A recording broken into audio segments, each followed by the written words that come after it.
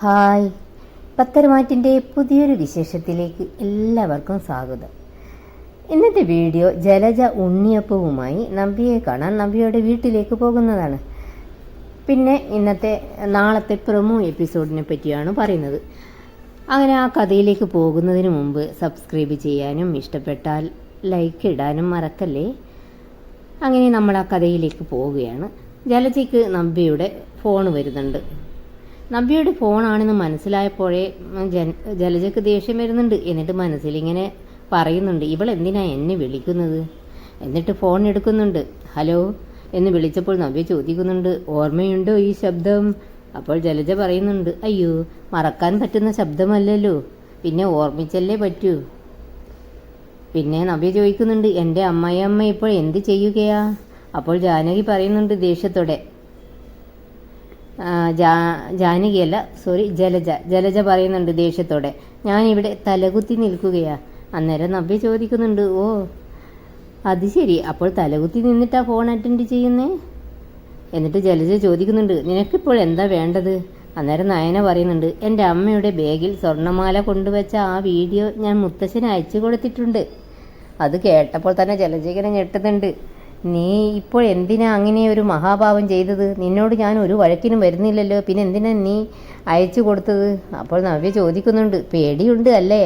പക്ഷെ ഞാൻ ഇതുവരെ അയച്ചു കൊടുത്തിട്ടില്ല. പിന്നെ എന്നോട് കാണിച്ച ഒരു നന്ദി കേടിന് അത് അയച്ചു കൊടുക്കുകയാണ് വേണ്ടത്. അപ്പോൾ ജലജ ചോദിക്കുന്നുണ്ട്, അതിന് നിന്നോട് ഞാൻ എന്ത് നന്ദി കേടാ കാണിച്ചത്? അന്നേരം നവ്യ പറയുന്നുണ്ട്, എന്താ നന്ദി കേടെന്നോ? ഞാൻ എൻ്റെ വീട്ടിൽ വന്നിട്ട് എത്ര ദിവസമായി? നിങ്ങളൊന്ന് വരികയോ ഒരു ഫോൺ വിളിക്കുകയോ ചെയ്തിട്ടുണ്ടോ? പോട്ടെ, വിഷുവിന് പോലും ഒരു ഹാപ്പി വിഷു പറഞ്ഞോ നിങ്ങൾ?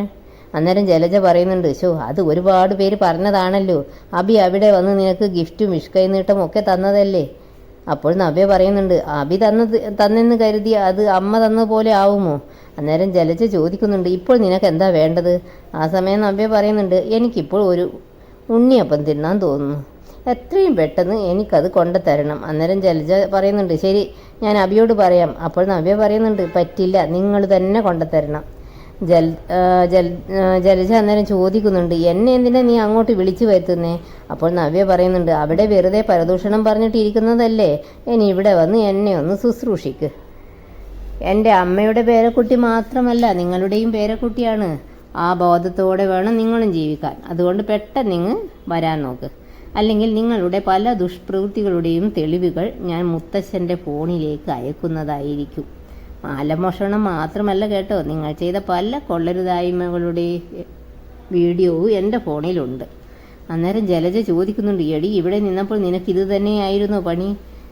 അതേ എന്ന് പറയുന്നുണ്ട് നവ്യ. നിങ്ങൾ ചെയ്ത എല്ലാ ദുഷ്പ്രവൃത്തികൾക്കും ഞാനും എൻ്റെ ഫോണും സാക്ഷിയാണ്. അതുകൊണ്ട് ഞങ്ങൾ രണ്ട് പ്രതികരിച്ചാലുണ്ടല്ലോ, നിങ്ങൾക്ക് ആ വീട് വിട്ട് പോകേണ്ടി വരും. അത് ഒഴിവാക്കാനേ പെട്ടെന്ന് ഇങ്ങോട്ട് വാ ജലജേ എന്ന് പറയുന്നുണ്ട്. അതും പറഞ്ഞിട്ട് നവ്യ ഫോൺ വെക്കുന്നുണ്ട്. നവ്യക്ക് ചിരിയും വരുന്നുണ്ട്. ജലജയ്ക്കാണെങ്കിൽ നല്ല ദേഷ്യവും. പിന്നെ വേറെ വഴിയൊന്നും ഇല്ലാത്തത് കൊണ്ട് അങ്ങനെ ജലജ അച്ഛനോടും അമ്മയോടും ചോദിച്ചിട്ട് അവിടുന്ന് പുറപ്പെടുന്നുണ്ട്. പിന്നെ കാണിക്കുന്നത് നവ്യയുടെ വീടാണ്. അതാ അങ്ങോട്ടേക്ക് കാറിൽ നിന്ന് ഇറങ്ങി നമ്മുടെ ജലജ വരുന്നുണ്ട്. കയ്യിലൊരു കവറൊക്കെ ഉണ്ട്. ജലജയെ കണ്ടിട്ട് കനക ചിരിക്കുന്നുണ്ട്. എന്നിട്ട് ഗോവിന്ദേട്ടനോട് പറയുന്നുണ്ട്, ഗോവിന്ദേട്ട, മൂത്ത മോളുടെ അമ്മായിയമ്മ എത്തിയിട്ടുണ്ട്, മോള് വരുത്തിയതാ. അപ്പോഴേക്കും ജലജ കയറി വരുന്നുണ്ട്. കനക ജലജ എന്ന് വിളിച്ച് സ്വാഗതം ചെയ്യുന്നുണ്ട്. എന്നിട്ട് ജലജ പറയുന്നുണ്ട്, അവൾക്ക് ഉണ്ണിയപ്പം കഴിക്കണമെന്ന്, നല്ല കടയിൽ നിന്ന് തന്നെ വാങ്ങിച്ചതാ എന്ന് പറയുന്നുണ്ട്. അപ്പോൾ കനക, അയ്യേ, അതെങ്ങനെ ശരിയാവും? അമ്മായിയമ്മ ഇവിടെ വന്ന് സ്വന്തം കൈകൊണ്ട് ഉണ്ടാക്കുന്ന ഉണ്ണിയപ്പമാണ് വേണ്ടത് എന്നല്ലേ അവൾ പറഞ്ഞത്? ഏതായാലും നവ്യ ഇതൊക്കെ അകത്ത് നിന്ന് ഇങ്ങനെ കേൾക്കുന്നുണ്ട്. അമ്മ അങ്ങനെ പറയുന്നതൊക്കെ കേട്ട് നല്ല സന്തോഷമാകുന്നുണ്ട് നവ്യക്ക്. പിന്നെ ജലജ പറയുന്നുണ്ട്, എന്നോട് അങ്ങനെയൊന്നും പറഞ്ഞിട്ടില്ല, ഞാൻ ഉണ്ണിയപ്പവുമായിട്ട് വരണമെന്നേ പറഞ്ഞുള്ളൂ. അന്നേരം കനക പറയുന്നുണ്ട്, അങ്ങനെ മോൾക്ക് ഉണ്ണിയപ്പം കഴിക്കണമെങ്കിൽ ഞങ്ങൾ വാങ്ങിച്ചു കൊടുക്കുമായിരുന്നില്ലേ, അല്ലേ ഗോവിന്ദേട്ട? അതേ എന്ന് പറയുന്നുണ്ട് നമ്മുടെ ഗോവിന്ദേട്ടൻ. ഇവിടെ ജലജ ഉണ്ടാക്കുന്ന ഉണ്ണിയപ്പം മോൾക്ക് വളരെ ഇഷ്ടമാണ്. അന്നേരം ജലജ പറയുന്നുണ്ട്, അതിന് ഞാൻ അവൾക്ക് ഉണ്ണിയപ്പമൊന്നും ഉണ്ടാക്കി കൊടുത്തിട്ടേ ഇല്ലല്ലോ. അന്നേരം ഗോവിന്ദൻ പറയുന്നുണ്ട്, എപ്പോഴെങ്കിലും ഉണ്ടാക്കി കൊടുത്തിട്ടുണ്ടാകും, അതിൻ്റെ സ്വാദ് മോൾക്ക് മറക്കാൻ പറ്റിയിട്ടുണ്ടാകില്ല. അന്നേരം കനകയും പറയുന്നുണ്ട്, അതെ, അത് കഴിച്ചവർക്ക് ആ സ്വാദ് മറക്കാൻ കഴിയില്ല, പക്ഷെ ഉണ്ടാക്കി കൊടുത്തവർ പെട്ടെന്ന് അങ്ങ് മറന്നു പോകും. അതുകൊണ്ട് കൊണ്ടുവന്ന ഉണ്ണിയപ്പം ഇങ്ങ് തന്നിട്ട് അവൾക്ക് ഇഷ്ടമുള്ള രീതിയിൽ നല്ല ഉണ്ണിയപ്പം ഉണ്ടാക്കാൻ നോക്ക്. എന്നിട്ട് ജലജ ചോദിക്കുന്നുണ്ട്, അവൾ എവിടെ? അപ്പോൾ ഗോവിന്ദൻ പറയുന്നുണ്ട്, അവൾ കുളിക്കുകയാണെന്ന് തോന്നുന്നു. അപ്പോഴേക്കും കനകയും പറയുന്നുണ്ട്, അതെ, അമ്മായിയമ്മ വരുമ്പോഴേക്കും കുളിച്ച് സുന്ദരിയാവുകയാണ്. ആ സമയം ജലജ ചോദിക്കുന്നുണ്ട്, അതിന് ഞാൻ അവളെ പെണ്ണ് കാണാൻ വരുന്നതാണോ? പിന്നെ കനക പറയുന്നുണ്ട്, എന്നാലും എൻ്റെ ജലജ, മരുമോള് വന്നിട്ട് ഒന്ന് തിരിഞ്ഞു നോക്കിയില്ലല്ലോ. അപ്പോൾ ജലജ പറയുന്നുണ്ട്, ഇപ്പോൾ എന്ത് തിരിഞ്ഞു നോക്കാനാ, പ്രസവം കഴിഞ്ഞല്ലേ നോക്കേണ്ടത്. അപ്പോൾ ഗോവിന്ദൻ പറയുന്നുണ്ട്, പ്രസവത്തിന് മുമ്പ് വന്ന് നോക്കുന്നതിൽ തെറ്റൊന്നുമില്ല. അന്നേരം ജലജ പറയുന്നുണ്ട്, ഗോവിന്ദനും ഇവരെ പോലെ സംസാരിക്കല്ലേ, ഒന്നുമില്ലെങ്കിലും നിങ്ങളൊരാണല്ലേ, 3 കുട്ടികളുടെ അച്ഛനല്ലേ. അന്നേരം കനക പറയുന്നുണ്ട്, അത് തന്നെയാണ് ഞാനും പറയുന്നത്, നിങ്ങൾ ഒരമ്മയല്ലേ, അമ്മായിയമ്മയല്ലേ, എന്നിട്ട് അതിൻ്റെ ഒരു ഗുണവും ഇല്ലല്ലോ നിങ്ങൾക്ക്. പിന്നെ ജലജ പറയുന്നുണ്ട്, ഞാനിവിടെ തർക്കിക്കാനൊന്നും അല്ല വന്നത്, ഉണ്ണിയപ്പം ഉണ്ടാക്കണമെങ്കിൽ ഉണ്ടാക്കാം, അതിൻ്റെ അച്ചുണ്ടോ? അപ്പോൾ കനക ചിരിച്ചു കൊണ്ട് പറയുന്നുണ്ട്, അച്ചുമുണ്ട്, അടുപ്പുമുണ്ട്.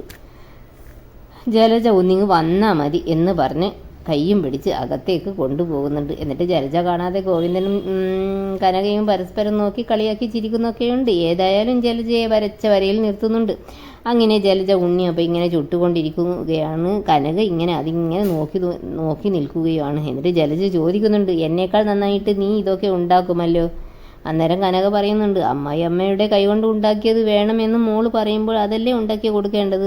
അന്നേരം ജലജ പറയുന്നുണ്ട്, പിന്നെ നീ എന്തിനാ ഇവിടെ നിൽക്കുന്നത്, ഞാൻ ഉണ്ടാക്കി കൊടുത്തോളാം. അപ്പോൾ കനക പറയുന്നുണ്ട്, നിങ്ങൾ വന്നതേ ദേഷ്യത്തിലാണെന്ന് എനിക്കറിയാം.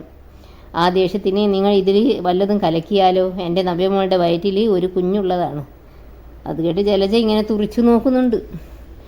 പിന്നെ കാണിക്കുന്നത് നാളത്തെ പ്രൊമോ എപ്പിസോഡാണ്. പ്രൊമോ എപ്പിസോഡിൽ മെയിനായിട്ട് കാണിക്കുന്നത് നമ്മുടെ ചന്തുമോളെയാണ്.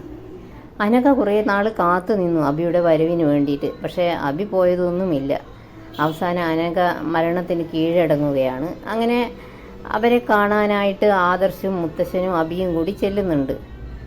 തിരിച്ചു വരാൻ നോക്കുമ്പോൾ ചന്തുമോള് ആദർശിനെ നോക്കി, അച്ഛൻ പോകല്ലേ, എന്നെയും കൂട്ടണേ എന്നിങ്ങനെ പറയുന്നതാണ് കാണിക്കുന്നത്. ഇതൊക്കെ അബിയുടെ ഒരു പ്ലാനിങ് ആണ്. അബി കുട്ടിക്ക് ആദർശിൻ്റെ ഫോട്ടോ കാണിച്ചു കൊടുത്തിട്ട് ഇതാണ് നിൻ്റെ അച്ഛനെന്ന് പറഞ്ഞു കൊടുക്കുന്നുണ്ടായിരുന്നു. അതുപോലെ എന്തെല്ലോ ഒരു തരികിട പരിപാടി അബി അവിടെ കാണിച്ചു വെച്ചിട്ടുണ്ട്. അവിടെയുള്ളവർ ആദർശിനെ കയ്യേറ്റം ചെയ്യുന്നതും അവസാനം ആദർശ് അവരുമായിട്ട് അടിയുണ്ടാക്കുന്നതും പിന്നെ ചന്തുമോളെയും കൂട്ടി മുത്തശ്ശൻ അനന്തപുരിയിലേക്ക് വരുന്നതും. അപ്പോൾ എല്ലാവരും ചോദിക്കുന്നുണ്ട്, ഇതേതാ കുട്ടി എന്നൊക്കെ ചോദിക്കുന്നുണ്ട്. അങ്ങനെ ആദർശവാനായ ആദർശിന് തെറ്റായിട്ടുള്ള ഒരു ബന്ധമുണ്ടെന്ന് എല്ലാവരും സംശയിക്കുകയാണ്. ഇതൊക്കെയാണ് പ്രൊമോ എപ്പിസോഡിൽ കാണിക്കുന്നത്. Thanks for watching.